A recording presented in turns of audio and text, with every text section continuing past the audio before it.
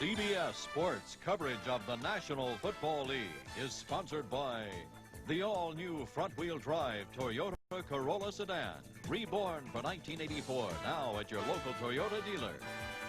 And by Wang, the office automation computer people.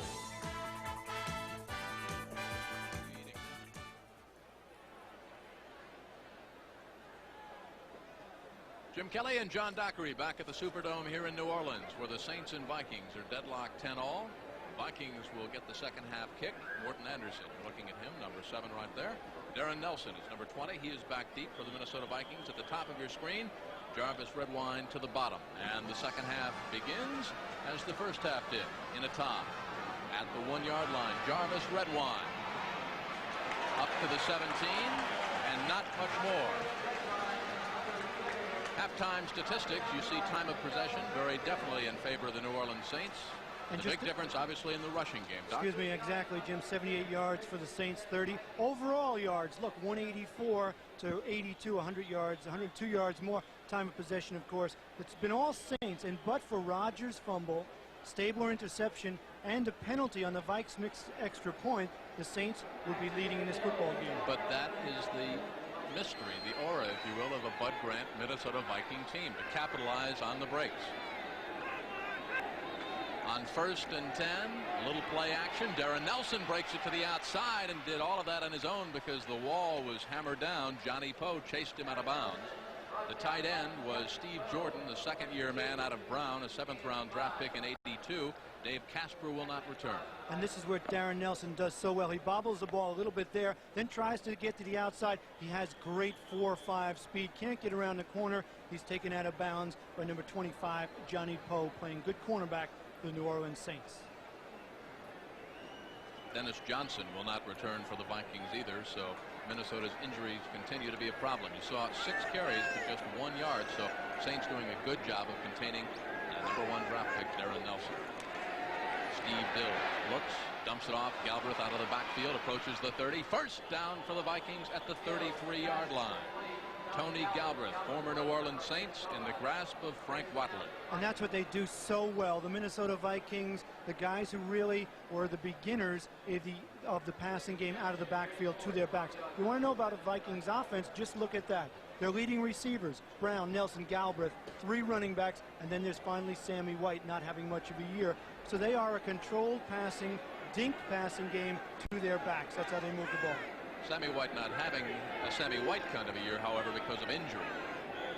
1st and 10, Minnesota. Pitched back. Darren Nelson stays on his feet, keeps his balance going, but now in the grasp of a host of New Orleans Saints. The first to get there was Jim Kovac. You know, you talk about the feet of Darren Nelson, the scat back out of Stanford, and he's had some problems with his feet. You know, most people think that he is a turf back. One of the reasons that the Minnesota Vikings drafted Darren Nelson ahead of people like, and isn't this amazing, and Darren's had to live with it, Marcus Allen, Butch Wolfo. I mean, all of those backs that have done so well in the NFL. Because he's that kind of a back. He's quick on the turf, but his feet have bothered him recently. He soaks them in ice after each game and really does not like the artificial surface as much as he likes the grass. 2nd and 13. Dills can run for a little bit, dumps it off to Ricky Young. Young will dive forward across the 35 up near the 37. Ricky Jackson, number 57, 3rd year out of Pittsburgh, a number 2 draft pick by Bum Phillips and the New Orleans Saints.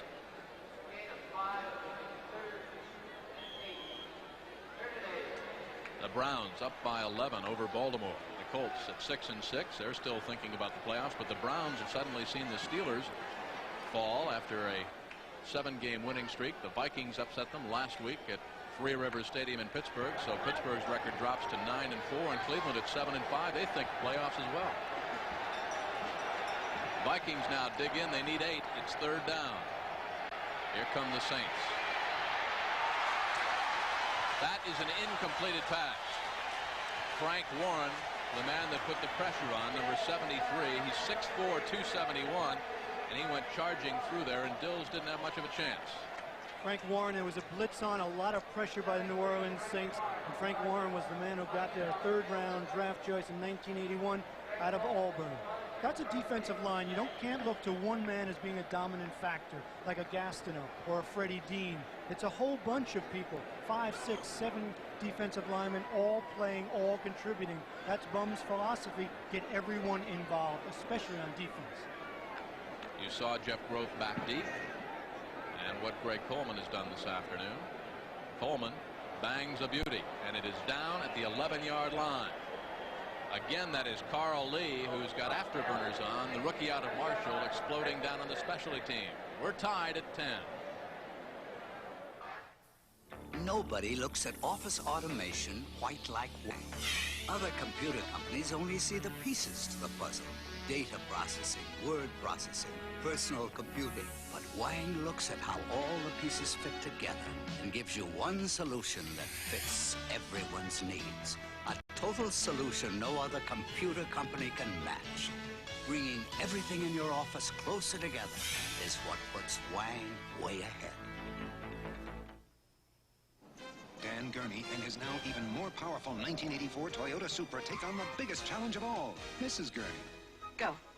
Dan is now showing her the response more horses have added to the twin overhead cam, 6-cylinder, electronically fuel-injected engine. 4 horsepower. The independent suspension, the 4-wheel disc brakes, the new leather sports seats.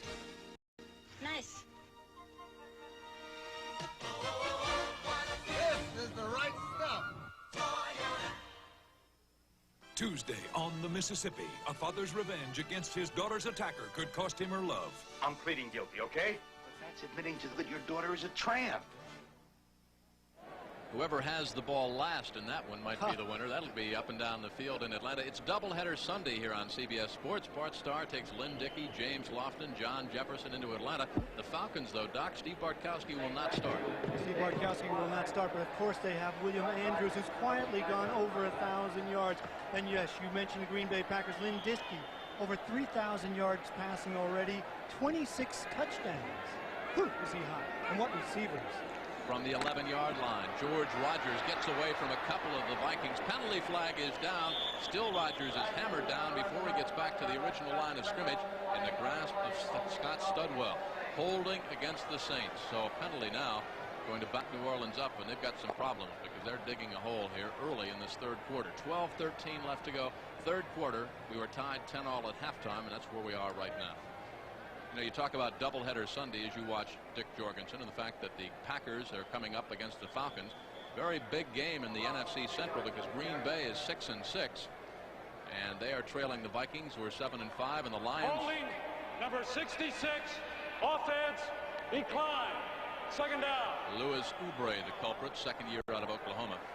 Vikings lead the NFC Central with a 7-5 mark. Green Bay, or Detroit rather, is a half a game behind at 7-6, and Green Bay at 6-6. That's a big game, and of course Atlanta, that can have an implication as well on the Saints for the wild card spot. Wayne Wilson knifed down at the 13. Washington now goes up by a touchdown against the Philadelphia Eagles, 28-21. Redskins are 10-2. They trailed Dallas by a half a game. The Cowboys 11-2. And of course the Cowboys had no problem at all with the St. Louis Cardinals on Thanksgiving Day.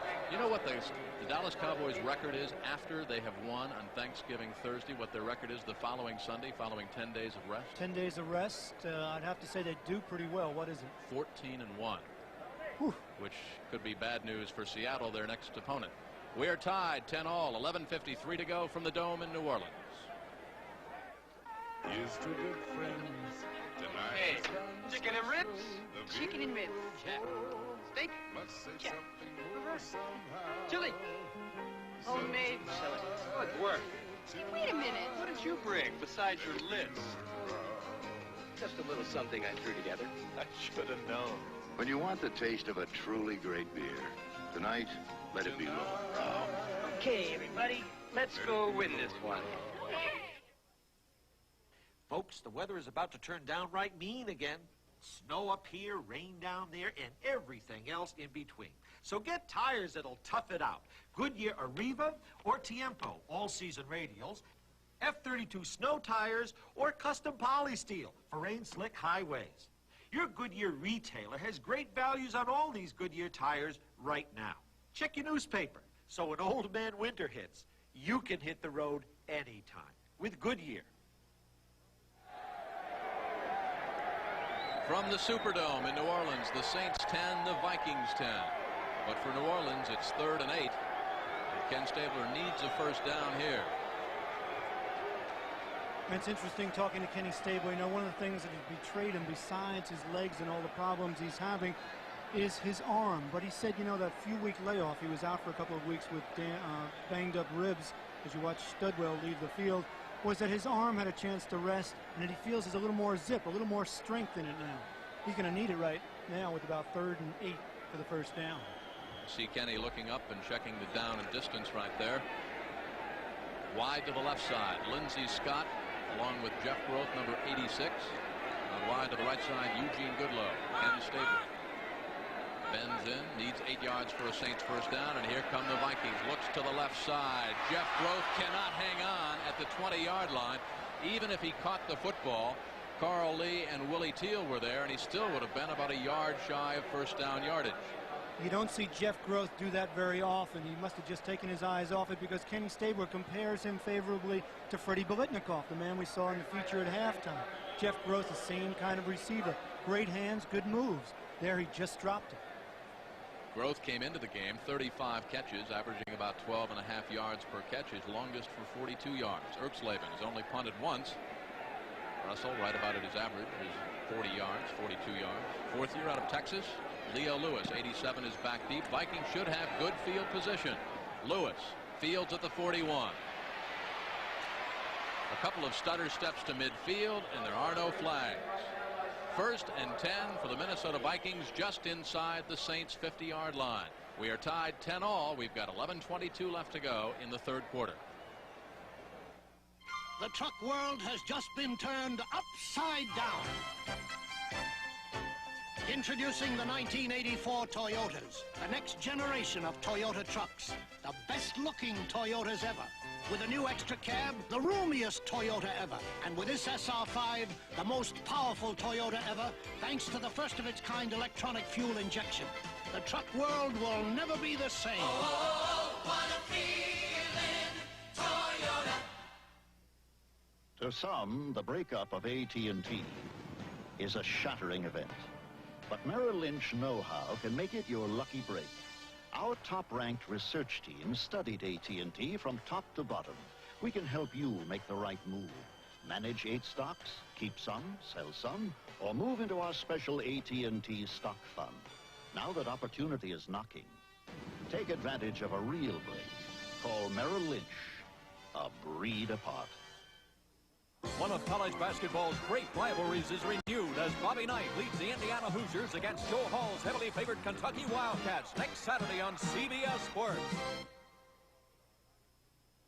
When you start thinking about the wild card, obviously either the Rams or the 49ers should win the NFC West, the Vikings, Lions, or Packers the FC Central.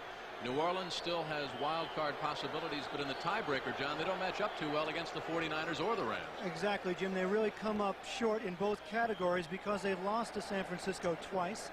And in Los Angeles, their conference record, they'll come up 2 games down. So the Saints really have a must game. They must win their last 4 games in order to get in the playoffs. They have to be 10-6 from the looks of the picture at the moment. 1st and 10 Vikings from just inside the 50-yard line. Play action by Dills, rolling pocket, in trouble, gets away for a moment, but not for long. Bruce Clark, 2nd year out of Penn State, traded by the Packers in '82, the first to get there, helped out by Jimmy Wilkes in his 3rd year from San Diego. Wilkes and Clark, the upfield rush. Watch the outside of your screen. Play action pass. Dills doesn't see him coming. Here, Clark gets away. Finally makes the tackle. He had help from Jim Wilkes and surrounded Dills, a sack. And last week, no sacks against the Pittsburgh Steelers. Take a look at this graphic. Just set a team record for quarterback sacks with 47. That ties them with the 49ers for the top spot in the NFL. They are a pressure defense. Slot formation to the left side. 2nd and Hail Mary time for Steve Dills. Unloads to Galbraith. Convoy left. Outruns the blocking and is chopped down at about the 43 by Russell Gary in his 3rd year out of Nebraska. and it presents a situation of 3rd and long, Jim. 3rd and about 18 yards for the Minnesota Vikings, something they're not very good at. They have that short control passing game, that possession passing game that we talked about. But Dills, number one, does not have a great arm. He's not a Bartkowski or a Bradshaw. He doesn't have his receivers. Ahmad Rashad is gone, of course, to the broadcast booth. Sammy White is having troubles with a pulled groin. LeCount is out. So he's having trouble with that long passing game upfield. Nickel defense in there now for the Saints. 3rd and 18. Motion to the near side by Mike Jones, the rookie out of Tennessee State. Dills will not get the first down to McCullum this way. He's got to get down to the 40-yard line. He doesn't get back to the original yard line. Tackled by Russell Gary again out of Nebraska. It's punting time for the Vikings, and the Saints' defense has stiffened. A perfect piece of defensive play. Studwell is out of the game at the moment. He's on the sideline. Apparently, he got poked in the eye, and they're checking him out. We'll keep you posted. Well, he lost a his contact. condition. He lost a contact lens, and they're attending to big number 55, Scott Studwell, in his 7th year out of Illinois, over on the sideline. It's questionable whether he'll be back. The 4th punt coming up by Coleman, about 5 yards over his average. And that is Jeff Groth, who averages about 6.5 yards of punt return. Vikings started from the 50 and couldn't move the football a notch. Coleman bangs it to the far side, looks for a bounce, hits at the 18, and goes out of bounds at about the 18. 1st and 10 for the Saints. It's been a scoreless 3rd quarter. We've got 9:03 to go. Minnesota and New Orleans deadlocked at 10. It takes guts to redesign one of the world's most popular cars. Introducing Toyota Corolla, Reborn. This sport liftback was reborn to please you with its balanced handling. Reborn to please your friends with its surprising performance. Reborn to please anyone with its low Toyota price. The 1984 Toyota Corolla Sport Liftback, reborn to please the world. Oh, what a feeling. Toyota. Radio Shack believes a computer for your family is an important investment. That's why you owe it to them to see the sale price color computer too. Widely used in schools and homes, it's expandable with quality peripherals and supported by a vast library of software for education, home management, communications, and games. The Color Computer 2 at $80 off is backed by our national service and training. Only at Radio Shack, your electronics store for over 60 years. Next Sunday, the Dallas Cowboys will try to continue their roll to the playoffs against the always dangerous Seattle Seahawks, plus other regional games next Sunday on CBS Sports. Next week on CBS Sports, the Bears right now pulling a big upset against the 49ers will travel to Green Bay. The Patriots deadlock 3-3 against the Jets will play host to the Saints of New Orleans. Doc and I'll be at Foxborough for that one. And Dallas, hey, that'll be a great game. Tony Dorsett and Kurt Warner. Double 1,000-yard rushers. And what about Dallas? You think they'll be looking past Seattle, thinking about the showdown in Texas on December 11th against the Washington Redskins? I don't think so. Keep in mind the Cowboys' record after winning on Thanksgiving Thursday. 14 wins and just 1 loss. Stabler unloads to Groth. Groth sideline left. Breaks it for a first down for the Saints. Willie Teal chased him out of bounds.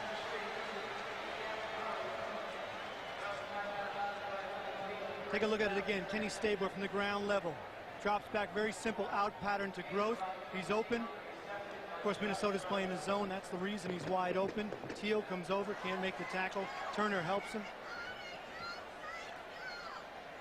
There you see what the young man from Bowling Green, a free agent, has done so far this afternoon. Slot to the left side.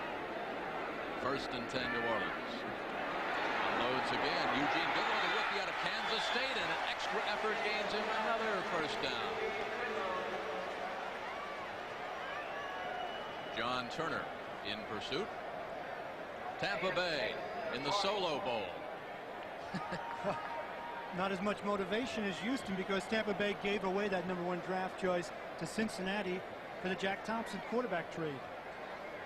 Folks down in Tampa are calling that the Reapus Bowl. The snake lives on. Yes, he does. The what bowl? The Reapus Bowl. That's super, spelled backwards. Super Bowl 18 here on CBS. Will not feature Tampa Bay or Houston. Up near midfield goes George Rogers. Willie Teal was just hanging on, but watch the blocking on the left side by Leon Gray, 11th year out of Jackson State. Brad Edelman, 2nd year out of Missouri. And what a combination of power and speed. Watch George Rogers run through some arm tackles, right, get a few extra yards. And one of the things that the New Orleans Saints backs do, and it's a term that people in the NFL use all the time, is they finish their run. Watch Rogers, watch Wilson, watch Gaijan. They get that extra yard or two. They always give the extra effort. Slot to the left side. 1st and 10 from the 49. Stabler in trouble and runs out of it. Unloads incomplete, looking for Jeff Groth. Stabler hammered down by Neil Elshire, but Kenny showing deceptive speed around the left side. Keep in mind, folks, he's going to be 38 years old on Christmas Day. Deceptive speed for an antique. Was that what you were about to say? Stabler does not like to run, obviously. Does not like to scramble. Can't do it. That time he was forced out of the pocket. Scott Studwell got a hand on that ball, or else it might have been complete. You might wonder why a man who's going to be 38 on Christmas Day is still playing quarterback. He believes in Bum Phillips. He says, Bum deserves to be a winner. That's why I came back. And he worked out all summer, got in the best shape, and then was hurt on the 3rd play against St. Louis and never regained the form of the preseason. Stabler, 2nd and 10.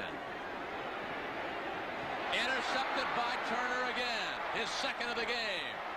Down at the 42-yard line. John Turner's 2nd interception of the football game.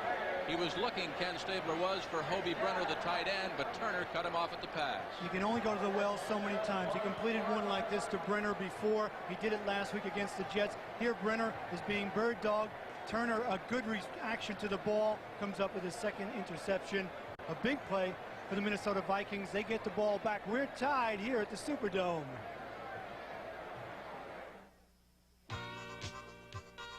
At a terriada like this, one great tradition just leads to another. Hola, welcome, ven a gozar, Miller time. Hola, ven, it's all yours. I'm Siberia, and it's all mine. Bring your thirsty self right here. The rich, smooth taste of Miller beer is what you have in mind. Welcome, hola, to Miller time. I'm Siberia. Welcome to the rich, smooth taste of Miller High Life. Well, we talk about 30% of the Vikings points coming as a result of turnovers, and you can see the big disparity in the ratio of giveaway takeaway. Jim, the teams that win, Washington, look at that, plus 32. They get the ball on fumbles and interceptions 32 more times than they give it away. Minnesota, Seattle, Miami, Dallas, the winners in the league are the ones that have that edge in takeaways versus giveaways. Minnesota is one of those teams. New Orleans, a problem. 2 interceptions by Stabler, a fumble by Rogers. A big part of this game this afternoon. 1st and 10 for the Vikings from their own 42. Pitch back. On the reverse, the rookie Mike Jones needs a couple of blocks. What a block at the 50-yard line. I want to tell you, Dennis Swilly, number 67, 7th year out of Texas A&M. Otherwise, that play goes absolutely nowhere. Keep your eye, if you can find it, on number 67 in the center of the screen. Now he'll reappear on the right side.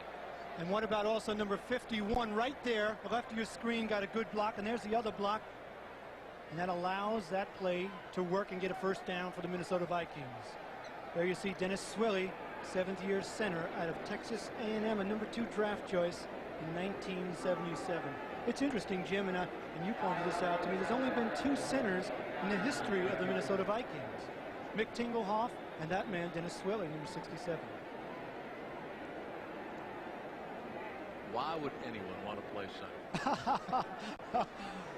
Oh, they're kind of like big whales, kind of passive mammals who have to absorb all of that punishment, especially for the Minnesota Vikings, who throw the ball so much. I mean, Dennis plays it well, and Mick played it well, too, but you get your bell rung most afternoon. You wake up with Excedrin headache number 101, I think, most of the week. 2nd and less than the length of the football. This might be a free play for the Vikings. Let's see if Dills will go up top.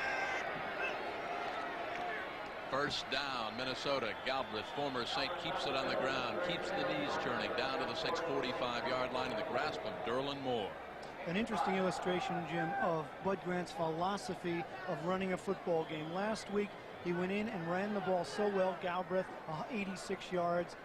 Over 150 yards for the Minnesota Vikings against a very good Pittsburgh defense. Maybe a little suspect, not as good as they are. This week he tries to run, it doesn't work. He adapts and starts to throw the ball more. And run some trick plays like that reverse we just saw. Pitch back to Darren Nelson. Ricky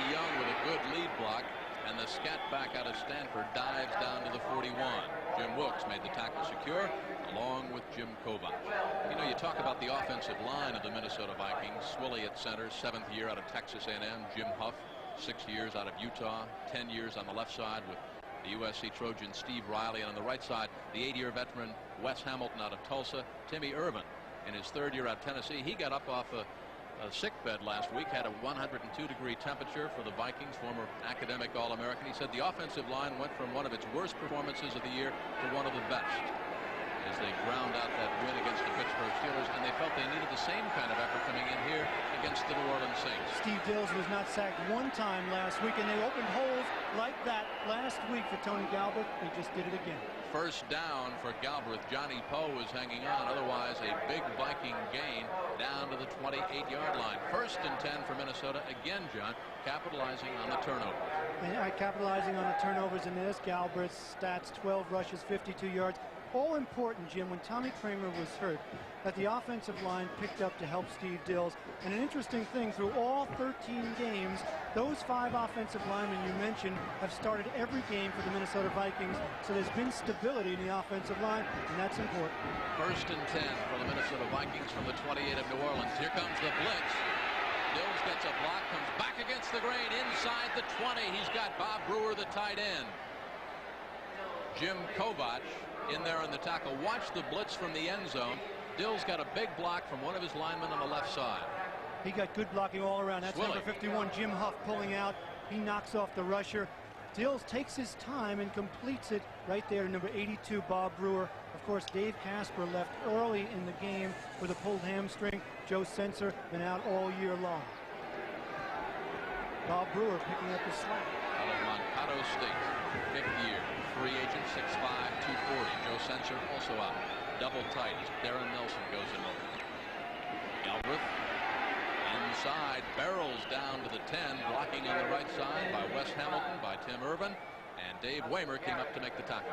This is an interesting drive for the Minnesota Vikings, and Steve Dills, when I talked to him the other day, I said, Steve, what do you do best as a quarterback? And he said to me, well, you know what I think I do best? I run the offense the way it should be run. And obviously he's doing it right here on this drive. A nice mixture.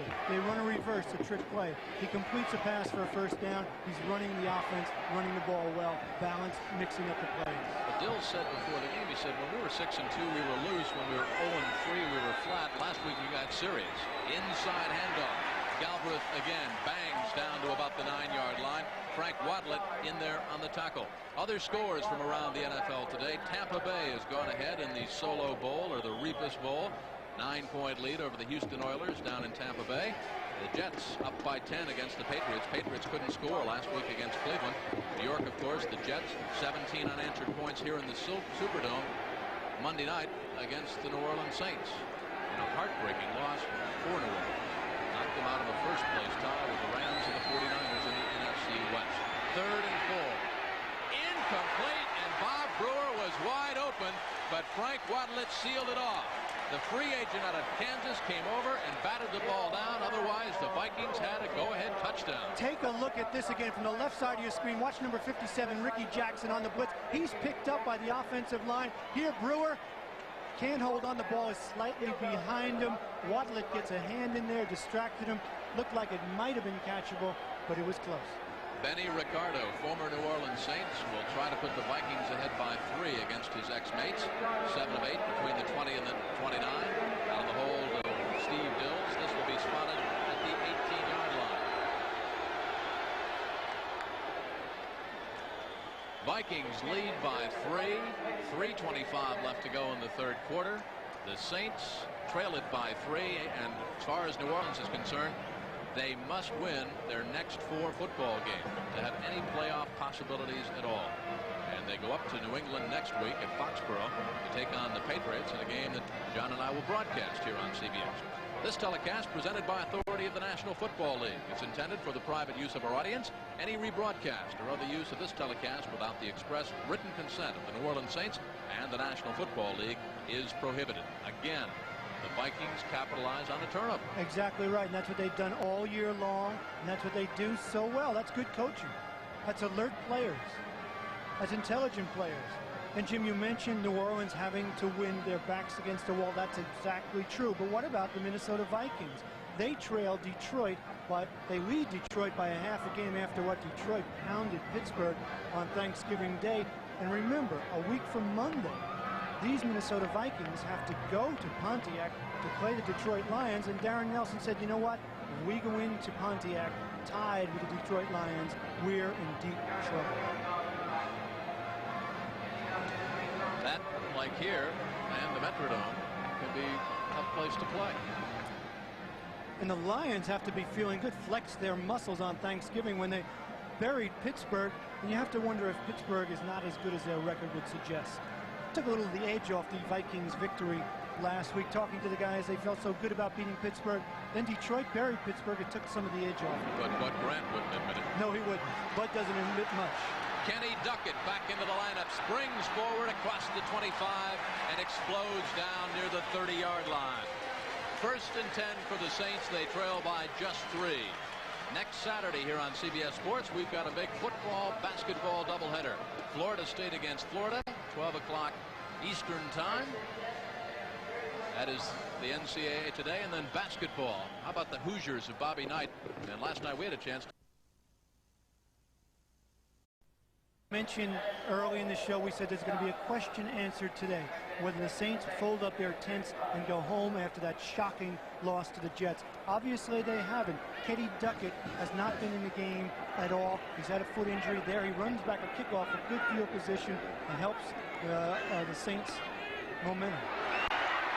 Jeff Groth, and that is a first down for New Orleans. Ken Stabler on the mark, Willie Teal on the coverage. But that whole feeling of everyone wanting to contribute in New Orleans, that's what Bum Phillips wants. Kenny Duckett, as I mentioned, was hurt. He's the leading kickoff returner in the NFC. There he comes back and gives him a lift, gives him good field position. Wilson runs the ball, Stabler completes the pass, and the Saints are on the move. Wide to the left side, Jeff Groh. Out wide to the right side, Eugene Goodlow, the rookie out of Kansas State. Stabler, 1st and 10 from his own 44. Hammered down goes Wayne Wilson. Excellent penetration that time by the Vikings defensive front. Scott Studwell found his contact and is back in.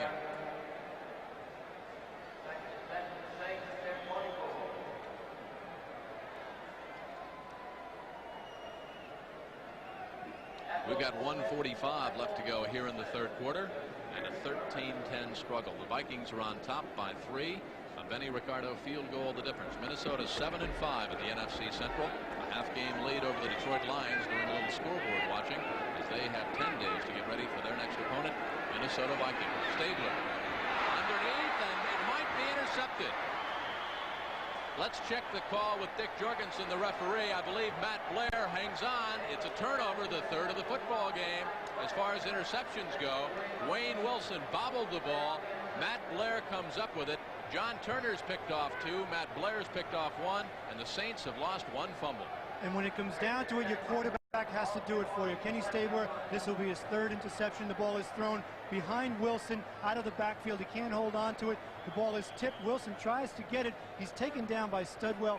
Matt Blair comes up with the interception. Another turnover for the Minnesota Vikings. Take advantage of another turnover. And good field position from the 47 of Minnesota. Slot to the left side. Dills sets them down. Backs are Nelson and Galbraith. Dills goes airborne. He's got Leo Lewis. He slithers inside Saints territory and gets hammered down. Ricky Jackson made him pay for that catch. About 2 yards shy of first down yardage. The turnover comparison. You see the Vikings and the Saints, the takeaways versus giveaways, and the huge disparity. But the big difference really is the fact that Vikings capitalize so often. They certainly do, and they just don't make mistakes today. It's significant. The whole season has been this way. Saints having problems. 3 interceptions again today. A fumble by George Rogers. So they're giving the ball back to the Vikings, who, as you said, take advantage and put some kind of points on the board. 2nd and 4 for the Vikings. Lewis to the right side. Play action again. Dills goes up top over the middle. Incomplete. Looking for a streaking Darren Nelson, but Dills didn't have much arch on that one, and maybe part of the reason was that barreling on through was Whitney Paul in his 8th year out of Colorado, and Steve had to unload the football. They got Darren Nelson one-on-one with Dennis Winston. Obvious mismatch, but Frank Wadlat was back there playing half of the field. If he read the quarterback a little better, he might have been able to react and intercept that ball which was overthrown to Darren Nelson. You know, in talking to Steve Dills during the week for preparation, he says the big difference now that he has had his 10th start under Bud Grant since taking over for the injured Tommy Kramer, he now knows that he's the starting quarterback. He's not a fill-in, he's not a replacement, and he's doing things now instinctively. He doesn't have to think as much about it. And he doesn't have to look over his shoulder to see if he's going to be yanked for Archie Manning or Tommy Kramer coming back. Kramer's out for the season. This is Dills' team to take to the playoffs or not. 3rd and 4. Incomplete at the 40-yard line, looking for Tony Galbraith. Dills threw it up high, and Galbraith paid. Bobby Johnson, first year out of Texas, a free agent. What a hit he put on number 32, Tony Galbraith, out of the backfield. Watch this hit right there. And that's Tony extended his ribs open, and boy, Bobby Johnson just laid him out, and Tony is still down on the ground. Had the ball been thrown anywhere near Galbraith, it would have been a first down, and he had lots of room, but Dills did not get all of it, and it'll be a 4th down situation as Coleman and the punting team trots on out for the Minnesota Vikings. 32 seconds left to go as they're attending to Tony Galbraith, former New Orleans Saint. Excuse me, Jim. Of course, Tony Galbraith picked up the team last week. We've mentioned it before because Teddy Brown, the man who has led the Minnesota Vikings the last 4 years in receiving and rushing, is out with a knee. He practiced some this week. He may be back. Tony Galbraith is down now. So the burden will obviously go to Darren Nelson and Ricky Young. Jarvis Redwine contributed last week. So Bud Grant's backs starting to fall, and that could be a problem area. Doubleheader Sunday here on CBS Sports. Coming up next, the Green Bay Packers. Bart Starr takes Lynn Dickey, John Jefferson, James Lofton down to Atlanta, where the Falcons have some problems. Steve Bartkowski will not start. It'll be Mark Morosky. Falcons are 5-7 and out of it. But of course, the Packers at 6-6, right in the thick of things as far as that NFC Central race goes, and a wild card spot. Jim, you mentioned the Falcons being 5-7, but you may recall that Dan Henning's Falcons, as you look at Green Bay here, they're in the fight for that Central Division. They need a victory to stay in it. But those Falcons also lost 4 or 5 games by a field goal or a touchdown or less late in the game. Remember that streak during the year? They could easily have a much better record than their 5-7. There is Bum Phillips in his 9th year as a head coach. 6 with the Oilers in Houston, 3 here in, or 6 with the Oilers in Houston, and 3 here with the Saints in New Orleans. What's his favorite card game? Bourré. Bourré. Bourré. Remember a couple of weeks ago he was playing Bourré, said he lost. Yesterday he told us after we talked to him in his office, I gotta go. I gotta get home to the family, and then I'm going to the track. I hope he did better than he did in the Bourré game. You know, it's interesting. You talk about all the books that Bum had in his desk about motivation, but what he was reading at his desk was the racing form for Fairground. Tony Galbraith still down on the ground. They're attending to Tony, of course. It would be a terrible loss to Minnesota Vikings as we check some scores around the NFL. Cleveland Matt gaining Barr, ground on Pittsburgh. 26-yard field goal to add. It's now a 31-17 lead for the Browns over Baltimore. Tampa Bay 26, Houston 10. Tampa Bay hadn't scored in the last 2 weeks. No luck down in Houston. Oliver Luck took them to a victory over Detroit a few weeks back with their first victory. The new quarterback replacing Gifford Nielsen. And of course the Jets and New England. Patriots couldn't score at all last week against the Browns. The Jets have a 34-yard field goal by Pat Leahy, and they're up 16-3. Joe Walton's team in a bit of disarray. Some open criticism between the coach and his quarterback, Richard Todd. And of course the Jets did it to the Saints here on Monday night with those 17 straight points in the 4th quarter. You know, Jim, as you look at next week's NFL games, the Jets may be the biggest disappointment in the NFL this year. Chicago at Green Bay next week, as we've got regional action for you on CBS, and the Bears right now in the midst of a big upset against the San Francisco 49ers to take on the Packers, who have yet to play down in Atlanta as the second half of our doubleheader day this Sunday. John and I will be at Foxborough, the Patriots and the Saints, and then Dallas and Seattle. Tom Landry, after a big win against the Cardinals on Thanksgiving, travels to the Kingdome up in Seattle, but keep in mind the Cowboys' record after Thanksgiving, 14 wins and 1 loss. Regional coverage, you'll see one of those games here on CBS. Check your local listing, and of course it all starts with Brent, Irv, Phyllis, the Greek, Charles C., and a cast of thousands in the NFL today.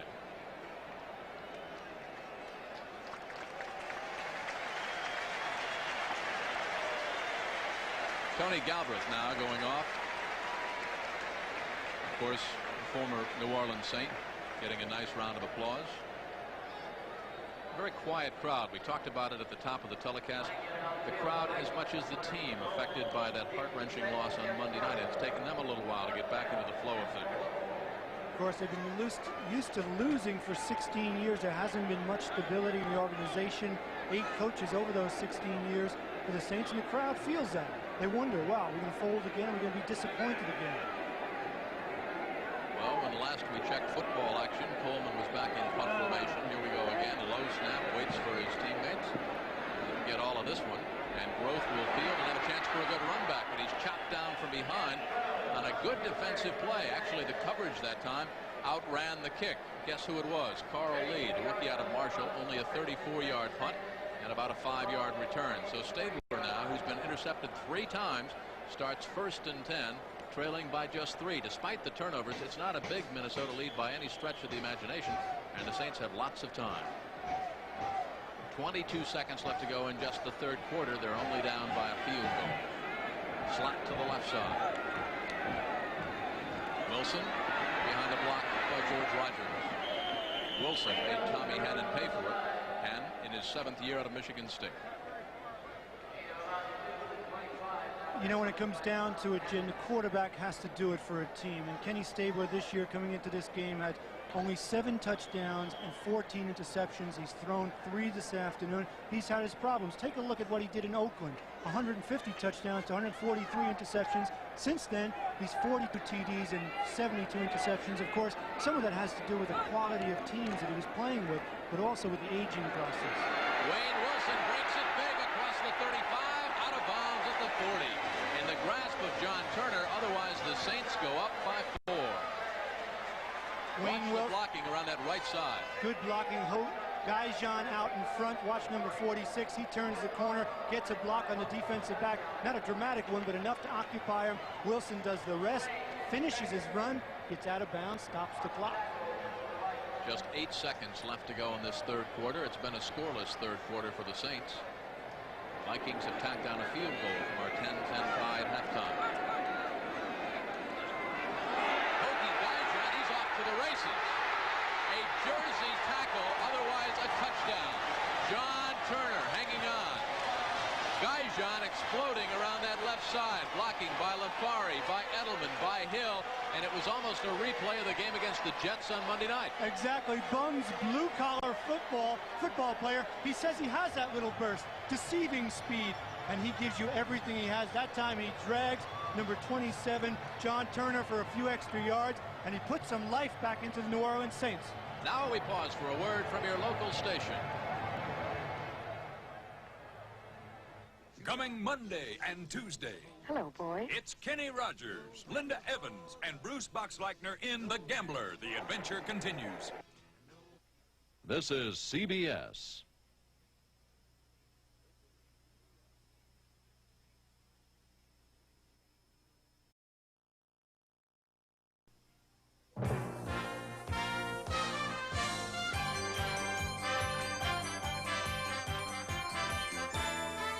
CBS Sports coverage of the National Football League is sponsored by Pontiac.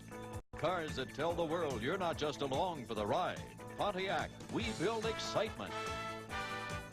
And by Miller High Life. Welcome to Miller Time. Along with John Dockery, I'm Jim Kelly, welcoming you back to the Superdome in New Orleans. We've got 15 minutes left in regulation, a big game between the leaders in the NFC Central, the Minnesota Vikings, who lead the Saints 13-10. It is a must-win situation for New Orleans, 1st and 10.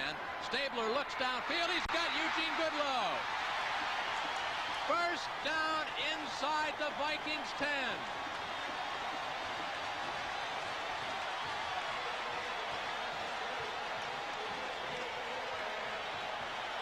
The rookie out of Kansas State makes a great rookie adaptation. And he goes up for the ball, much like a rebounder in basketball. Goodlow is 6'2".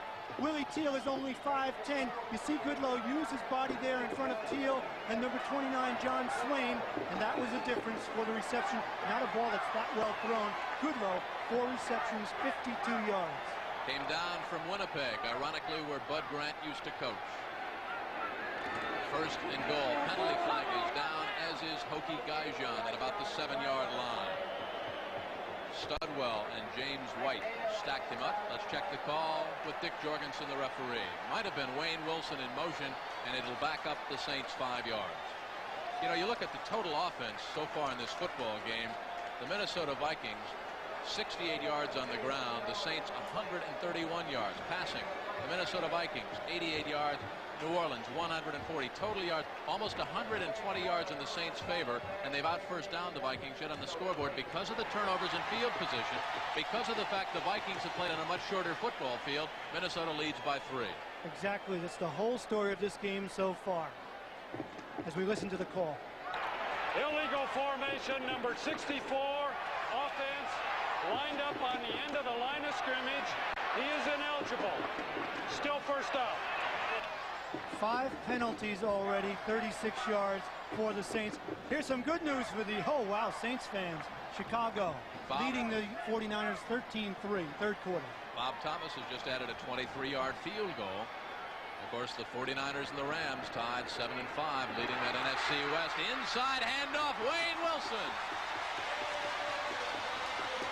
He not only got the penalty back, he got it down to the 5-yard line. Interesting, Jim, we haven't seen much of George Rogers, rather Wayne Wilson, who you see here on a nice draw. Watch the blocking by the center, number 62. John Hill gets out in front. Wayne Wilson does the rest.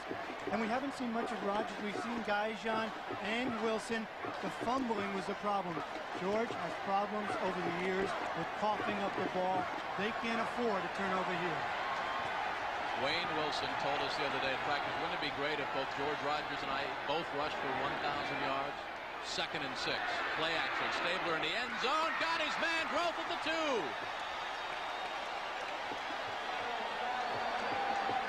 Bumped backwards by Willie Teal. Otherwise, Growth had the touchdown. Take a look at the ground level again. Play action pass. Stabler. He gets some pressure here right at the moment. Throws sidearm. Growth goes up, gets the ball right in the goal line. Willie Teal knocks him back. They'll spot it, Jim, inside the 1-yard line. Just inside the 1. Now, last time they had the ball down, they did the alley-oop, and Wayne Wilson went up and over. Wayne Wilson deep in the eye. Could be the same play. Gaijan blocking. Saints lead.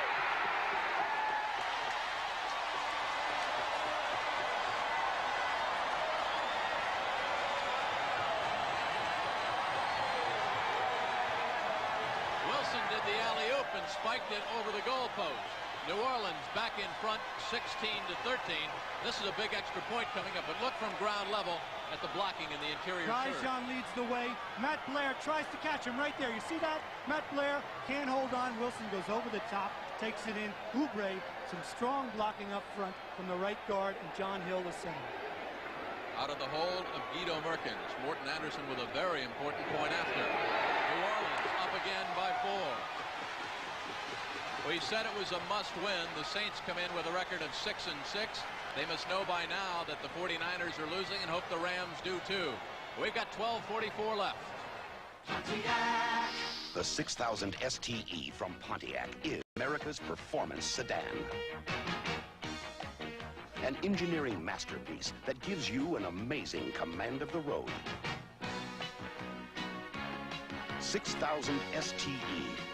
Technically advanced, totally satisfying. 6000 STE, only from Pontiac. We build excitement. Pontiac. When you buy word processing from Wang, you get more than just the best-selling word processing in the world. You get an easy-to-use system that opens the door to the world of office automation. An incredible world that can include data processing, voice and image processing, even worldwide communications. No wonder more people choose word processing from Wang. When you consider all the things it can do, it's an open and shut case. 2 touchdown hurdles, I guess you might say, Doc, by Wayne Wilson, both from the 1-yard line, and a field goal by Morton Anderson, and that has accounted for the 17 points put up by the New Orleans Saints. All the turnovers by the Saints leading to all 13 points for the Vikings. Here we go. Morton Anderson from the 35. Nelson and Redwine are back deep. And Anderson booms a beauty. Nelson will drop it at the goal line or 5 yards deep, and it'll be 1st and 10 for the Vikings from their own 20-yard line. And our old friend, momentum, seems to be going the way of the home team. 7 plays, 77 yards. Took a little over 2.5 minutes. Wilson takes it in over the top. Saints lead 17-13. 12.5 minutes left in the fourth quarter. Minnesota with the ball. Fans coming alive here at the Superdome. Which dome is that? Well, I'm thinking about Minnesota having to go to Detroit. A week from Monday, they have to get back in. They're trying to protect their lead in the NFC Central. Only a half game over Detroit, 1 game over the Green Bay Packers. Vikings have some problems because Tony Galbraith is out with a rib injury, not expected to return. Ricky Young, number 34, is in. He is in motion. Play action. Dills over the middle. Wide open, the tight end, Steve Jordan. First down for the Vikings at the 33 of the Saints. If you take a look at the end zone, you'll see why this play works. He fakes a pitch to Darren Nelson. Watch Dills right here. Fakes the pitch, stands up. That held the linebackers enough. Jordan spins around, makes a nice little catch for the first down. That looks like a pinball at the end of that being bounced around by the Saints. Of course, Casper's gone. Joe Sensor's not here. So Jordan and Brewer have to do the job at tight end for Bud Grant's Minnesota Vikings. From the 39. Slot formation to the left side. 1st and 10. Vikings trailing by 4. Motion by McDowell. Top of your screen. Nelson sweeps to the left. Gets a block. Gets outside. Breaks to the 45 and out of bounds. Johnny Poe chased him out of bounds. Blocking on that left side by Riley, 78. Brent Boyd, 62. And Leo Lewis, 87. We have an injured New Orleans Saint on the field. Looks like Dirk Winston holding his left knee. So with 11:47 left to go in regulation, the Saints protecting a 4-point lead against the Vikes. Hey, what'd I tell you? Bobby Allison's favored. Gentlemen, start your engines. Welcome to Miller Time. It's all yours, and it's all mine. Bring your thirsty self right here. The rich, smooth taste of Miller beer is what you have in mind. Welcome to Miller Time. Welcome to the rich, smooth taste of Miller High Life. Pontiac. It's been called one of the most innovative American cars ever. Its unique Enduraflex body panels resist minor dents and will never rust. Introducing Pontiac Fiero, America's first mid-engine production car. Fiero, a brilliant example of Pontiac innovation in action. Fiero, only from Pontiac. We build excitement. Pontiac. Next Saturday, 2 teams headed for bowls collide. Greg Allen leads Florida State against Wayne Peace in Florida. NCAA football next Saturday on CBS Sports. If you think it's all fun playing linebacker in the NFL, watch number 56, Dirk Winston, to the left of your screen. Dennis Winston. Tim Irwin, the offensive tackle, comes out, hits him low right at the knee there. And Winston was down, but he just walked off the field, and he appears to be okay. Dennis Winston, well, we'll talk about that after this play with 11:47 to go. 17-13 Saints by 4 against the Vikings. It is a must game for New Orleans. It is a very important game for Minnesota. Nelson drives down to the midfield stripe. The Vikings actually, as Greg Coleman was telling us in the hotel last night, could afford to lose again. They don't want to, because Darren Nelson said, look, we don't want to go into Pontiac, Michigan, play the Detroit Lions a week from tomorrow night, all tied up with Detroit. Detroit coming off a very impressive win, 45-3 against the Pittsburgh Steelers. Vikings just beat Pittsburgh too, but it was only by a 17-14 score. And some of the luster was taken off that victory, as we said before, because of what Detroit did. And what about Green Bay? Not out of the hunt yet. They play Atlanta next here on CBS, and they certainly are in the playoff picture. So this NFC Central, as usual, will come right down to the wire. Leo Lewis in motion, top of your screen on 1st and 10 for the Vikings. An all-out blitz. Stills but dumps it off to a wide-open Darren Nelson. They had the screen set up on the left side, but pressure by Kovac and Wilkes. Kovac came on the blitz, Jim. You're so right. That was set up. They gambled on defense, the Saints did, and Dills just couldn't get the ball because of the pressure to Nelson. Had he gotten it to him, Nelson had about 30 yards of green space to run it. Look what Cleveland is doing against Baltimore. The Browns, we talked about the fact they've got designs on the playoff as well, and I think they were given some new life when these Vikings beat Pittsburgh at Three Rivers last week. Chicago still upsetting San Francisco there in the fourth quarter, and that's going to have Saint fans very excited when they put that score up here in the Superdome. It is 2nd down and 10. Dills. Here come the Saints again. Dills unloads. Sideline. Out of bounds. Looking for Leo Lewis. Dills felt the pressure, just threw it out of bounds. Dills, one of the things that he mentioned, improving as a quarterback, settling in. This is only his 10th NFL start, Jim. So Dills is really getting his baptism under fire, even though he's been in the league for 5 years out of Stanford, versus a guy like Kenny Stabler, who is the old grizzly veteran, hoping for one more moment in his son, hoping to bring the Saints, who have never even smelled the playoffs, to their first playoff this year. Seeing that shot of Kenny Stabler, you know, he's already got a Super Bowl ring with the Oakland Raiders, of course. He said, one more time. One is really all you can ask. 2 would be phenomenal. If you get 3 or more like the Steelers, he said, that's unreal. 3rd and 10 for the Vikings. Vikings have been to the Super Bowl, but they've never won it. Slot to the right. Dills unloads, looking for Nelson. Intercepted. Frank Waddle. He's got a convoy.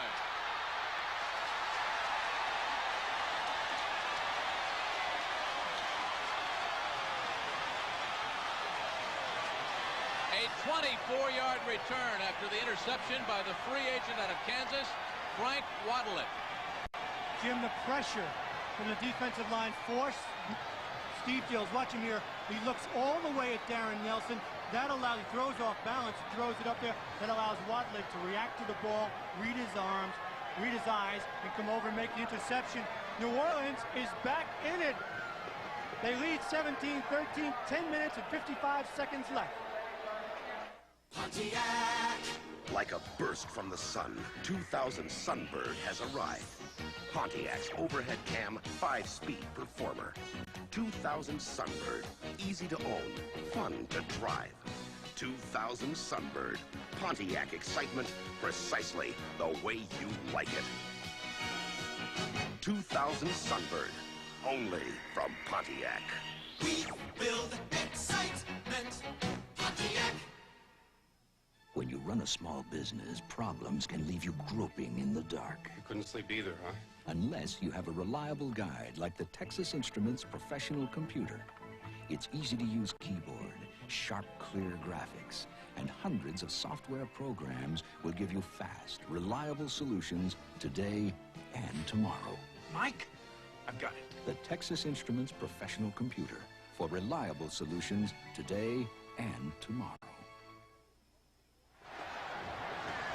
Maybe the most important turnover, not the 3 that led to the 13 Minnesota points, but the one right there by Frank Waddle that stopped the Minnesota drive. A ball that I think should not have been thrown. He threw the ball into triple coverage. Jim, he did that last week also. It's those aberrations. He's not the quarterback, that veteran quarterback who has everything under control.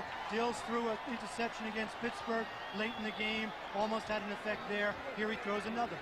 Vikings on the short end by 4. Stabler will work on the clock. 1st and 10 from the midfield stripe. Pokey Gaijan. Take a look at the interception. It's almost triple coverage when he throws the ball. It wobbles on in there, but he was off balance. Now watch. 2 Saint defenders, and here comes the 3rd Waddle. Exactly. He got pressure from Warren, as you saw, up the middle, number 73. Dills threw off balance. He didn't set himself. Waddle made a good reaction to the ball. Must have been a safety valve man somewhere, be it Galbraith, not Galbraith, but Darren Nelson or Ricky Young out of the back. I agree, Jim, but the pressure didn't allow him to go to that secondary receiver. Perhaps he should have eaten the ball. Thrown it away. Stabler on 2nd and 7. Pokey Gaijan. Minnesota defense rising to it. Carl Lee, but Matt Blair was the one who strung it out. Fans thought it was a late hit, no flag, and it's 3rd and 10. So the Minnesota Viking defense now digging in after the turnover, trying to help the offense out a little bit. As you look at Bud Grant over on the sideline. Jim, remember last week against the Jets, a lot of people criticized the Saints late in the game for getting conservative, for running the ball when maybe they should have thrown for a 1st down. Of course, Bum responds to saying, well, we would have gotten the 1st down but for a penalty. He said, we get ahead in a football game. Sometimes we do have a tendency to take the air out of the football. 3rd and 10. Slot to the left side. Stabler. Over the middle. Incomplete. Looking for Jeff Groth. But actually, more Vikings near the football. A good conservative pass. Stabler was not going to risk the interception. He was going to throw the ball low if there was coverage, and that's exactly what he did. Exactly, Jim. They ran the ball 2 conservative plays. They didn't get anything, and Kenny felt he had to throw it. At least the idea was right. Show that you're not afraid to throw the ball when you have to in a situation. 2 punts, 43 yards for that man, Russell Erxleben. Leo Lewis, 87, is back deep. Again, it is not Rufus Bess in the game against Pittsburgh. Rufus allowed a couple of punts to hit on the artificial surface at 3 Rivers and cost the Vikings a lot of yardage. Leo Lewis will not be able to field this one, however. It hits at the 16 and will be down at the 14-yard line. Jimmy Rogers in his 4th year out of Oklahoma. So it's 1st and 10 for the Minnesota Vikings. 9:21 left to go in regulation. The Saints by 4 against the Vikes. Pontiac has created a driver's car the whole family can enjoy. Pontiac 6000. Enjoy the styling. Enjoy the room. Enjoy the handling. Pontiac 6000. Enjoy. The front-wheel drive 6000. Only from Pontiac. We build excitement. Pontiac. Devlin, biggest game of the year, and you couldn't get tickets. Welcome to Millertown. You didn't. It's all yours and it's all mine. Bring your thirsty self right here. The rich, smooth taste of Miller beer is what you have in mind. Welcome to Miller time. Welcome to the rich, smooth taste of Miller High Life. If someone you love has been marked by war, you will understand why this film had to be made. I was always afraid if I started crying, I'd never stop. Mike Farrell, Memorial Day, Sunday. We've got a dandy going on here in the Superdome in New Orleans, and lots of time left for lots of football action. Anything can happen. The Saints with a 4-point lead. The Vikings trying to play catch-up. It is doubleheader Sunday here on CBS Sports. We'll tell you about the second half of that doubleheader after we watch Dills and company dig in 1st and 10 from their own 14. Motion by McDowell, top of your screen. Darren Nelson barrels to about the 17 and then is hammered down by Jim Kovach, who's in medical school at the University of Kentucky. Coming up next, you think we've got a good one here. The Packers obviously will be rooting for the New Orleans Saints to knock off the Vikings.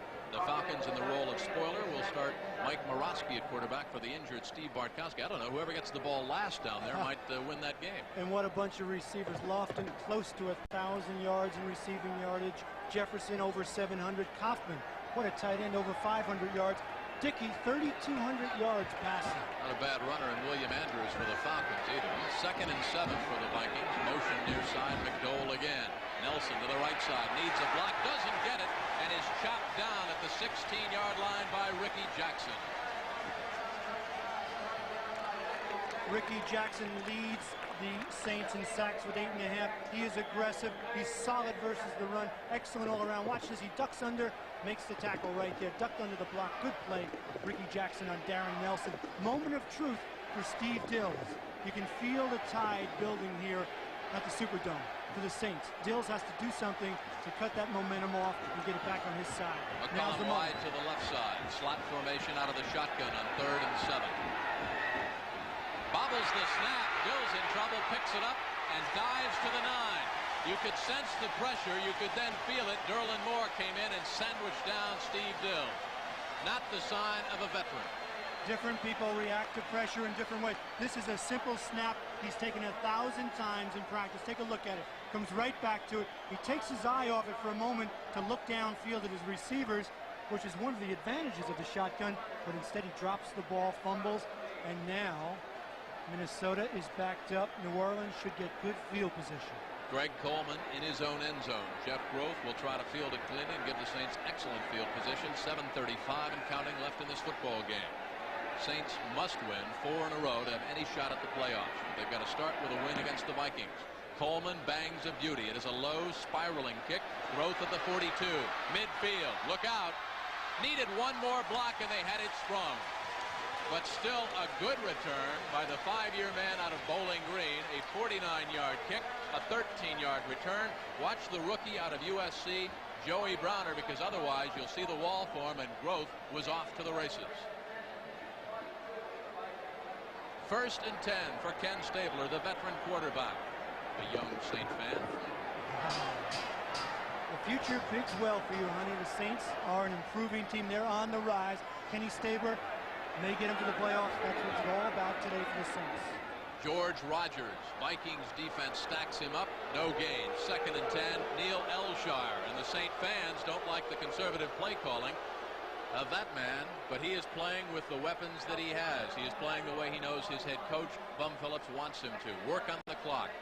Don't give the ball back to the Vikings and their explosive offense. Exactly right, Jim, and this is a team all year long that has gotten more yardage on the ground than through the air. Only one of 3 teams in the NFL. We mentioned earlier Baltimore and Pittsburgh. But you wonder if a ground game can do it all and get you there. Play action. Stabler dumps it off. Incomplete to a diving Lindsey Scott down at the 27-yard line. That play action freezing the linebackers. Pressure, and good pressure, by Neil Elshire. He busted on through, and Kenny was on his backside when he threw the football. That's a case of anticipation. Lindsey Scott, the 2nd-year player out of Georgia, was wide open. Kenny had to anticipate it, wasn't able to get the ball there. Kenny told us a couple of weeks ago before another Saints game that we did, he said, you know, quality teams can go out and play terrible and still win. Talking about Dallas and Washington and some of the others. The Saints still must play their best in order to win each and every game. And he said, we're growing, we're maturing together. 3rd and 9. Batted down at the line of scrimmage. The Vikings defense is stiffened. Randy Holloway, 6th year out of Pittsburgh, former Viking #1 draft choice. Can't fault Ken Stabler for that incompletion if the offensive line doesn't give him time to throw, because the Vikings busted through. You think after 14 years that Kenny Stabler wouldn't hear the boos. You saw him look up and say something to the Saints fans. He's unhappy with the booing. Bum Phillips, before this game, simply left his team with a challenge, Jim. He said, gentlemen, our backs against the wall. Either rise to it or don't. Saints have done it so far today. We'll see if their defense can do it and stop the Minnesota Vikings. 40-plus yard average for Erxleben in his 3 punts so far. Leo Lewis is back deep, angling it for the end zone. It goes into the end zone. Penalty flag is down at about the 13-yard line, so we'll check the call with Dick Jorgensen, the referee. A 41-yard punt. You and I talked about this in the hotel a couple of times this week. I still don't understand whether it is college football or professional football. When you are teaching the punting game, why can't you have that punter angle the ball for about somewhere between the 5 and the 15-yard line? Why do they always kick it into the end zone? Jim, I think it's just the degree of difficulty that if you shank it at all or miss it, goes off the side of your foot, you may lose a lot of yardage. Here they just try to get it up in the air, have it bounce, get your coverage team down there beyond the ball, and get it before it goes into the end zone. It's against New Orleans, the penalty. I would expect Bud Grant to decline the penalty because he's got the ball safely at the 20-yard line right now. If you give Erxleben another chance to punt the football, he might nail it inside the 20, or there might be a fumble or a mistake. So you've already got the ball at the 20-yard line. Start 1st and 10 there. Holding number 84, offense. While the ball was in the air, he climbed. First down. Jim Kelly, right you are. Rick Marty was holding a wide receiver out of Penn State in his 6th year. It was declined by the Minnesota Vikings. Bud Grant, 17th season as the head coach, 12 times in the playoffs, 3 NFC championships, trying for number 4, 1 NFL championship, in 4 Super Bowls, attended the University of Minnesota. But Jim, remember his old team, the Ellers and all the great players. Purple People Eaters. This is not a dominant Minnesota Viking team. They have to do it with finesse and smarts. Slot formation to the left side. 1st and 10, 6:25 left in this football game. Leo Lewis wide to the right in motion. Darren Nelson breaks it big. First down, explodes across the 35, all the way up to the 40-yard line. Saints laying back, anticipating pass. Bum Phillips, Wade is the defensive coordinator, and the Vikings crossed him up with a trap on the left side. There are backs that add that extra dimension, that overdrive. Darren Nelson with a quick feet bursts up the middle. Looks like everyone else is in slow motion. Gets a big first down for the Minnesota Vikings. Of course, Nelson did that a couple of weeks ago against Green Bay when he broke the record for total all-purpose yardage of 278. First and 10 from the 40. Missed timing, but no whistle. Dills, lots of time. Rolls out, cross. Got McCullum at the 35. First down for Minnesota at the 35-yard line of New Orleans. He beat Frank Wadlett. The ball was perfectly thrown. And watch Dills rolling out to his right, coming back and throwing it against his body. And I don't understand why Frank Wadlett didn't anticipate this. He knows Dills has to throw back all over the middle. He's off balance. Wadlett, the defensive back, didn't close the cushion with Sam McCullum, thus the reception. Sam McCullum, of course, last week, a big touchdown beating Mel Blount to help the Minnesota Vikings beat the Pittsburgh Steelers here. 2 receptions, 33 yards. 2 big plays, a 20-yard pickup on the run by Nelson, and then that big pass down to the 35. It's first and 10 for the Vikings. They trail by 4. Sweeping left with Nelson. Breaks a tackle and did the rest on his own down to the 28-yard line. Play didn't look like much, but it picked up 7 yards. Second down and 3, chased out by Jim Kovach. Scores as Tampa Bay is about to win their second game, and Houston will go to 1 win and 12 losses. The New York Jets having no problem at all with New England. Of course, Tony Eason replacing the injured Steve Grogan. And these Saints, if they're doing any scoreboard watching at all, as they lead by 4 against the Vikings, they've got the Patriots next week at Foxborough, and so do we. We watched Lindsay and Mr. Snow on that Boston College Alabama game on Friday. Little snowflakes up in Foxborough. Dockery's going to get his long johns out. Nelson sweeps the right side, cuts it back against the grain, keeps those knees turning, and picks up a first down inside the 25. Bruce Clark and Jimmy Wilkes in there in the tackle.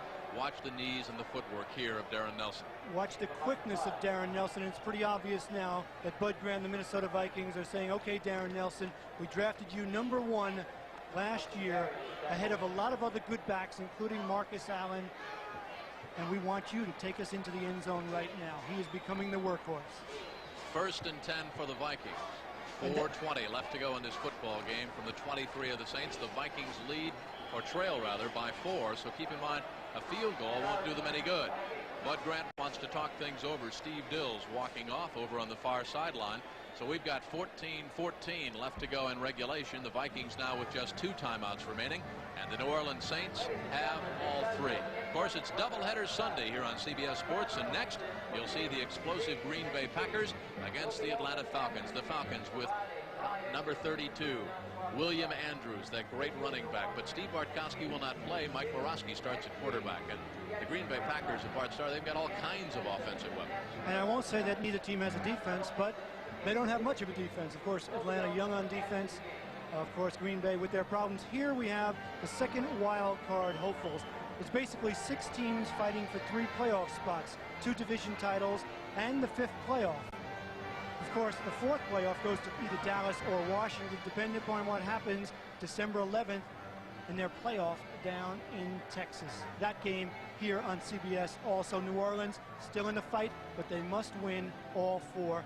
Minnesota a little more of a cushion, Jim Kelly. Well, this with those graphics, so very important to 3 teams. One of them not even playing here, the Packers. They've got to be doing a little scoreboard watching as they get ready for their game down in Atlanta's Fulton County Stadium, because with Minnesota at 7-5, Detroit at 7-6, and Green Bay at 6-6, the outcome of this game will have a big effect on everybody in the NFC Central. Of course, it's a must-win for New Orleans. They lose this game, they can pack up their playoff hopes and look toward next year. First and 10 for the Vikings from the 23 of New Orleans.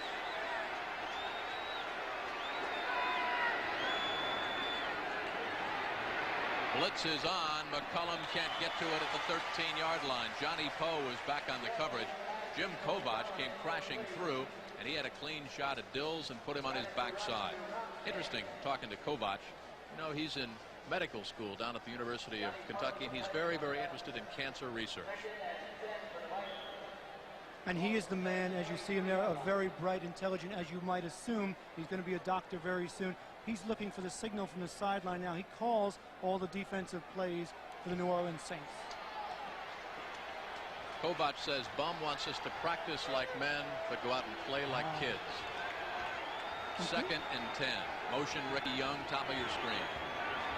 Statue of Liberty, Darren Nelson. Out of bounds at the 18-yard line. Chased out by Dave Waymer and Ricky Jackson. You get the feeling that they want Darren Nelson. They want to get him free somehow and let those quick feet do the job.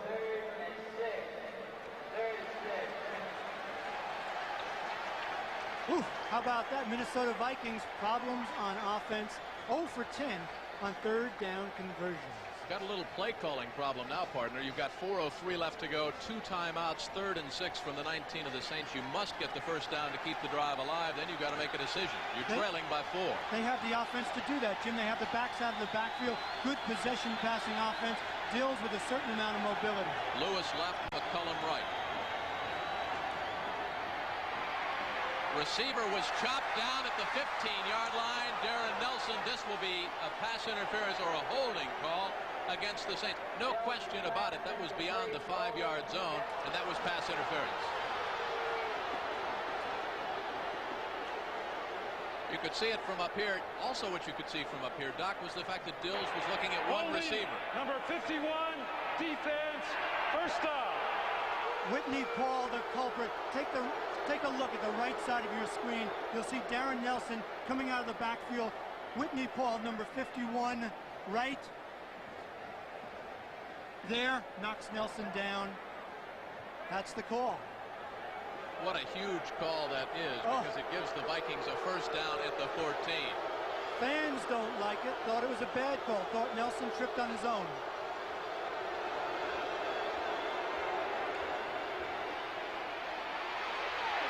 Dills just throws it away. All kinds of pressure. Crashing through there first was 75 Bruce Clark, 73. Also in there, that was Frank Warren. Dills didn't have much of a chance. Waymer was closer to the football than McCullum. Stops the clock with 3:53 to go. Dills, when you talk to him, tells you, I feel more comfortable. I feel I am the quarterback for this season, definitely. And one of the things that does for me is allow me to, A, scramble a little bit more because I know the offense, B, also to throw the ball away when I have to. That, an intelligent play by Steve Dills. Dills, who outpassed Jack Thompson as they were Pac-10 rivals. Thompson, of course, from Washington. Dills led the nation in passing in Stanford with 2,943 yards and 22 touchdowns. Tells you an awful lot about that young man's ability. Of course, he plays behind Tommy Kramer. We've got 3:53 left to go in this football game in terms of regulation. Saints lead by 4, 17-13. Tonight on CBS, 60 Minutes will be seen in its entirety. All of you, of course, anticipating doubleheader Sunday. We'll see the Packers and the Falcons next. And regardless how long that game goes, you'll all see 60 Minutes in its entirety. And then Mike Farrell, star of MASH, will make his debut in a dramatic show, Memorial Day. And it's capped off with one of John Dockery's favorites. Hi, Trapper John, MD. Jim, interesting situation. Bud Grant has used all but one of his timeouts. It's as though he's saying, folks, with 3:53 left and me trailing by 4 points, this drive is all or nothing. I'm not going to settle for a field goal. I'm down here now, and I have to take it in for the touchdown. That's the feeling I get from Bud Grant. Well, Billy Werndell, our spotter, points out Bud Grant and the Vikings only have one timeout left. So they are really shooting their all on this particular drive. Exactly right. Well, the other way to play it would be, yes, kick a field goal, be down by 1 point, and hope that your defense can hold the ball control offense in the running game of the Saints. 2nd and 10 from the 14. Slot to the left side. Lewis is outside, McCullum inside. Dills bends in. Saints show blitz, but they back off. Incomplete, looking for McCullum. And if you watch the feet of the quarterback, that's the telltale sign of if the defensive secondary is doing their job. You watch the feet and the hands, and that time you'll see the indecision. Watch the feet and the hands of Steve Dills. Should I throw it? Should I not? Where's the coverage? But Jim, also watch the protection that he had, the time that he has. See, he has a lane up the middle to throw. That's what a quarterback wants. See, his vision is not impaired, but Johnny Poe, number 25, makes a pretty good play covering McCullum. 3rd and 10 from the 14-yard line. Might be a good time to go to the tight end. Where is Darren Nelson? Lined up in the backfield with Ricky Young. Slot to the right. Lewis inside, McCullum outside. From the 14, 3rd and 10 Vikings. Everybody's out, and so is Dills. Dills can run if he wants to. Throws it out of bounds. Whitney Paul with the pressure. And the Saints fans come alive. The defense has stiffened, and Bud Grant will go for the field goal. Yes, he will. Bud will go to get to within 1 point and then either try an onside kick if he kicks the field goal or kick it away and hope that his defense can hold the Saints. Didn't you think around that right side that Dills had some running room? He had one of the offensive linemen out in front of him, not to get the touchdown. Jim, he was close to the sidelines and the flow was coming. I don't think he would have gotten the touchdown or even the first down. Out of the hold of Steve Dills, maybe we'll see a fake field goal. Benny Ricardo will try. The spot will occur from the 22, and now the Saints take a timeout. A bit of confusion. Let's check with Dick Jorgensen here. The Saints, I don't believe, had all 11 men out on the football field. The Saints, remember before, the Saints don't want another problem like they had on the extra point that Benny Ricardo missed earlier. They had a penalty, and then Ricardo got another chance to do it, and he did it. Watch Dills on the last play. Whitney Paul protecting the outside so that Dills can't run. He gets a hand on the ball, knocks it away, forces the field goal attempt by Bud Grant. This is the man on the spot. There you see his stats. And how ironic that Benny Ricardo, a former New Orleans Saint, would be on the verge of pulling the Vikings to within 1 point. Ricardo 9 for 11 at this distance. You can see another former New Orleans Saint, number 4, Archie Manning. The fans really gave him quite an ovation when he came out of the pregame warm-up. Archie Manning, for so many years, labored in futility here in New Orleans. Now, having his problems, a thyroid problem, he won't play for the Minnesota Vikings probably for the rest of the year. He's lost a lot of weight, as you can see, about 15 pounds. And I have to wonder, Jim, does Bud Grant have something in his bag of tricks, perhaps a fake? I think the way the Viking defense has been playing and the way that the New Orleans offense last Monday night got conservative against the New York Jets, Bud Grant was still 341, would anticipate, I think my defense can hold him for 4 down, Maybe. 3 down. You're right. And also that timeout for the defense, the Saints defense, to get themselves organized. Remember, Jim, earlier, Benny Ricardo had problems with leg cramps. Let's watch for the fake. Keep your eye on Steve Dills. He's the quarterback. Saints are anticipating a fake as well. Snap, spot, kick is good. So the Vikings have closed to within 1. It was really interesting to watch. There were 5 New Orleans Saints, kind of an umbrella defensive formation. They didn't care to block the kick. They were guarding against any receiver getting out that Dills might have thrown the football to. Exactly right, Jim. They didn't want a penalty. They didn't want a fake and to give up that. They were willing to almost concede the field goal. They lead by 1 point here with 3:37 left in this game. 17-16. Saints trying to up their record to 7-6 and stay in the thick of the hunt with the Los Angeles Rams and the San Francisco 49ers. Those two are tied. The Bears were upsetting the 49ers in Chicago. Doubleheader Sunday, the Packers and the Falcons. That game coming up next here on CBS. You know, I can just imagine being in the locker room for the Green Bay Packers and listening to this game, getting reports on it, seeing the Saints beating the Minnesota Vikings, and knowing that I have a chance to gain some ground on Minnesota and be tied should I beat Atlanta in my game. So what incentive and motivation for the Green Bay Packers if this game ends the way it stands at the moment? How about the Lions sitting at home enjoying a bit of a rest? They've already done it to the Pittsburgh Steelers, and they say, wait a minute, I hope the Saints can hang on, because then the Lions would slide into first place. Again, there was a bit of a mistake between the snapper and the holder. Dills did well just to get it down, and Ricardo, good concentration. Otherwise, we'd still have a 4-point football game. Whew. You wouldn't say Benny dissected the goalposts on that one, just inside the left upright. Benny having problems. You saw him limp off the field a moment ago. Remember, this is an all-important. Do they onside kick? Do they try to kick it off deep? Of course, the Saints are in their onside kick defense. You can see 8 players up front. 3:37 to go. Ricardo will squib kick it. But Grant will hope his defense can hold. Jimmy Rogers to the 20. Rogers to the 24, and he is hammered down by Joey Browner, the rookie on from USC. Well, the Vikings have got 2 great rookies on special teams, Carl Lee and Joey Browner. As we check in around the NFL today, some scores. Tampa Bay late in the 4th quarter, hanging on against Houston. The Bucs looking for their 2nd win. The Oilers headed for their 12th loss. The Browns having no problem with Baltimore late at Municipal Stadium in Cleveland.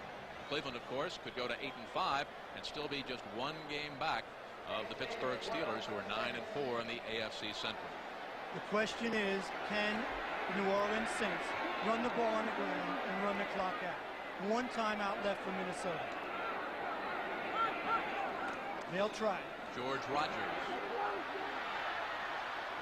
tries to stay inbounds, but doesn't. Gets bumped out of bounds by Carl Lee. Strength against strength. The New Orleans Saints, 3rd in the National Football League in rushing. The Vikings, 11th in defensing the rush. You saw George Rogers point back to his spot on the turf. He thought he stayed inbounds. That's a mistake. You don't want to stop the clock. Minnesota's in a tough situation now. You want to run that ball, use that clock. Run that ball, use that clock. They're in a tougher situation because Rogers picked up 4. It's 2nd and 6. Clock is stopped. 3:23 to play. Handoff. Hokie Gaijan will bring it up near the 35-yard line. Loose football, and I think the Vikings have it. That is the 5th turnover the Minnesota Vikings have capitalized on in this football game.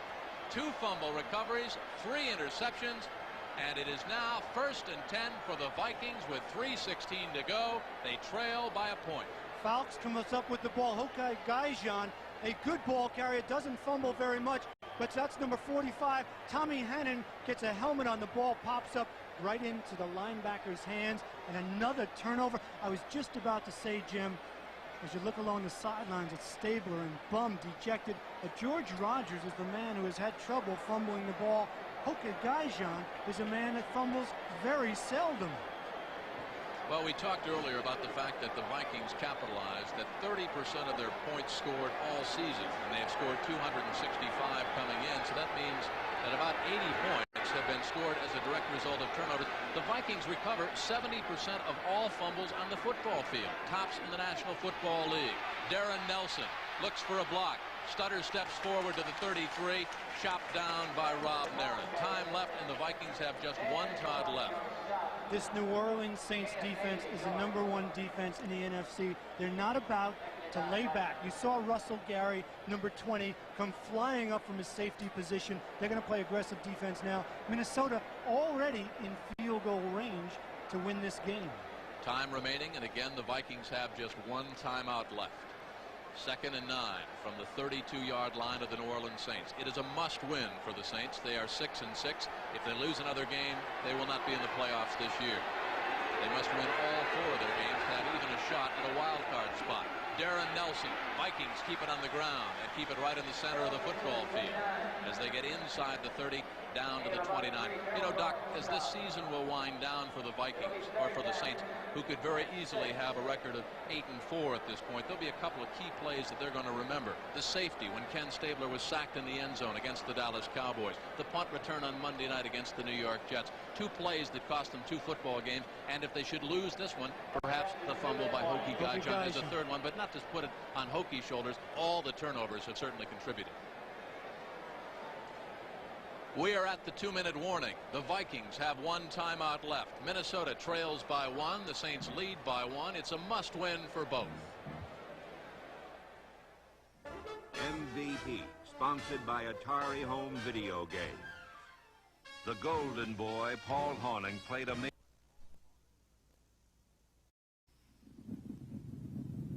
It isn't termites. It isn't mice. It's Atari's Dig Dug, the earth-shattering arcade game. Dig Dug digs his own mazes. He digs for Balloon Men. He digs for dragons. And now he's digging his way into homes everywhere. Dig Dug, it's under this world. Jim Kelly and John Dockery, welcome back to the Superdome here in New Orleans, where the Saints, trying to get into the playoffs for the first time in 17 seasons, have that 1-point lead against the Vikings, but the Vikings have the football, Doc. Benny Ricardo on the sidelines trying to loosen up that right leg. It could be the difference in victory or defeat for the Minnesota Vikings. 3rd and 6. Minnesota 0 for 11 on 3rd down conversions in this football game. And some confusion, Jim. I don't understand it after a timeout. On the Minnesota Vikings, they had another player, Ricky Young, trying to come into the game. New Orleans, 2nd timeout this half. That's kind of a strange call because there were 1, and maybe two Vikings that were in a big hurry to get off the field before Dills would make the snap. Dills saw the confusion and backed away from the center, and now the Saints have taken time out. So the situation is this: with 2 minutes to go, New Orleans with one timeout remaining and the Vikings with one timeout left. Well, let's look at the scenario that's possible, okay? The Minnesota Vikings kick the field goal and they go up by 2 points. The Saints will need the time to try and get the ball and move upfield with Kenny Stabler and company into field goal range. If you let all the time run out now, you'll have nothing later on. Remember, running out of bounds and an incomplete pass are also methods to stop the clock. As you look at Benny Ricardo, the man on the spot along the sidelines. Benny Ricardo, in his 6th year out of San Diego State, 20 of 25 in field goal department coming into this game. His longest field goal of this year, 44 yards twice this season. Longest field goal of his career, 48 yards. How about some great news for New Orleans? They could use it about now. The Bears have beaten the 49ers, so San Francisco slips to 7-6. 3rd and 6 for the Minnesota Vikings.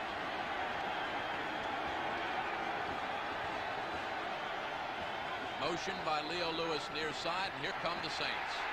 There goes Dills. Intercepted and dropped at the 25-yard line by Dennis Winston. Oh, my. That would have sealed it for the Saints.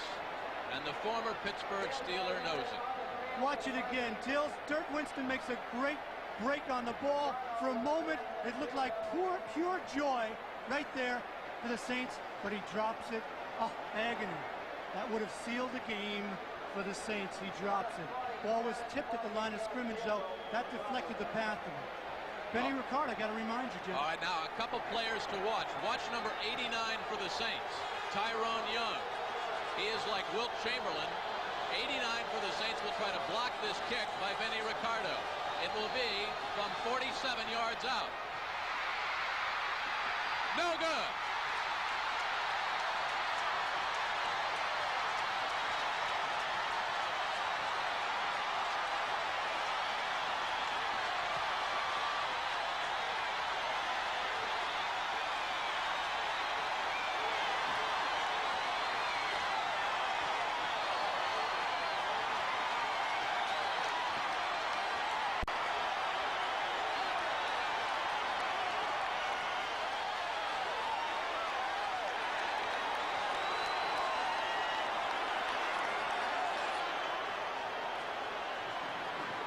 Bud Grant said last night in the hotel, a football game inevitably comes down to 1 or 2 big plays. And folks, you saw the big play right there. Benny Ricardo missed the field goal. They'll keep it on the ground. Use up time, the Saints will. George Rogers barrels to about the 38. You talk about big plays. Despite all of the turnovers, and there have been 5 that have gone the Vikings' way, another big play might have been the almost interception by Dennis Winston. If he hangs on to the football, turn out the lights, the Vikings go back losers, the Saints are still alive. As it was, Minnesota had one last shot, and Ricardo missed from 47 yards out. Minnesota now takes their last time out with 1 minute and 32 seconds left. And Jim, you talk about dodging the bullet. The Saints have done it all afternoon. Kenny Stabler did not have a good afternoon. He threw all those interceptions. It led to Minnesota scores. Right now, all they want to do is keep the ball on the ground, not cough it up, because this keeps them in the race. San Francisco lost this afternoon, so the Saints go to New England next week. They follow the Eagles the following week, and then they have the Rams at home. So their destiny, though not totally in their hands, certainly looking a lot brighter than it did coming into this game. The Rams are at 7-5. For the moment, they lead the NFC West. The 49ers have fallen to the Bears, so San Francisco drops to 7-6, and the Saints, in 1 minute and 32 seconds, will go to 7-6. As you look at the standings. And Jim, on the other side of that coin for the Minnesota Vikings, they will have to face Detroit in their home stadium on Monday night, tied. What a game that'll be. I'll tell you what, the Vikings will be 7-6. The Lions are 7-6, and Green Bay 6-6, and they're playing the Falcons. And you'll see all of that game next on CBS Doubleheader Sunday. Into the line goes George Rogers. And a penalty flag on the play. Let's check the call with Dick Jorgensen. It is against the Vikings. So says a few of the New Orleans Saints, notably Hobie Brenner. This will cost him 5 yards. Oh, what a tight race in that NFC Central. My goodness, Green Bay Packers, you think they're going to be a little fired up when they take the field with a chance to be tied for first place? Well, not only that, they've got a chance to be tied for first, but they've got to be thinking, hey, if we lose this, we're getting ourselves into a real mess for the wild card picture as well. So it's almost a must-win for Bart Starr and the Packers down there. Offside, number 59, defense, first down. Because you'd have the Lions with 6 losses, the Packers with 6 losses, the 49ers with 6 losses, and the Saints with 6 losses. I'll let you explain the tiebreaker. Oh, thanks a lot. I was going to hope Brent would go back to New York and let Brent Musburger explain the tiebreaker. George Rogers, 20 carries, 69 yards. Wayne Wilson has 49 yards and 12 carries and 2 touchdowns. First and 10. Vikings cannot stop the clock. And you talk about that game coming up, the offensive show of the Green Bay Packers. I mean, you talk about Air Coryell. What about Air Bart Starr with Dickey over 3,000 yards passing? Those great receivers in Jefferson, Lofton, Kaufman. Not much of a defensive team, but they're going to have to shut down William Andrews and Billy White Shoes Johnson, who has been hot for the last couple of weeks. Should be a great game. This has been an amazing football game, and listen to the fans here in the Superdome. You know, Jim, when you talk about the bottom line in the NFL or any sport, it's emotion. Obviously, the Saints had it here today. They came off an emotional loss to the Jets. They fired themselves up, and they are back in the playoff picture. 5 turnovers went against the New Orleans Saints. You talk about adversity. Stabler intercepted 3 times. 2 fumble recoveries by the Minnesota Vikings. And still, the Saints hung in there for a 17-16 win. That's when it's fun, though, when the playoffs are on the line, like they are for both of these teams, for Bud Grant and for Bum Phillips, and also for Bart Starr's Green Bay Packers. That makes it easy to play a game.